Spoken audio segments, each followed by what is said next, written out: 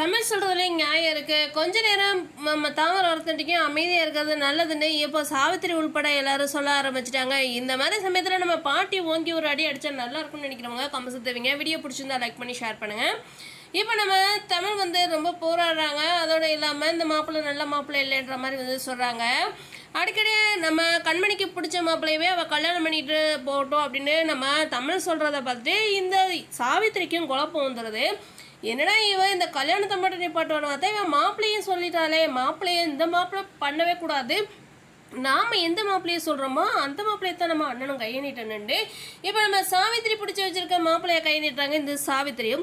ஆளாளுக்கு முடிவெடுக்க வேணாம், என் வாழ்க்கையை நானே அமைச்சிக்கிறேனே கண்மணியும் பிடிவாதமாக இருக்காங்க. இந்த இடத்துல நம்ம ராஜாங்கம் குழம்பி போய் நிற்கிறாங்க. ஆனால் நம்ம கருப்பும் தாவரையும் ஆதாரத்தை கொண்டு வந்து நிப்பாட்டா இந்த மாப்பிள்ளை பிடுங்கி அடித்து ஓடி போய்கிட்டான்.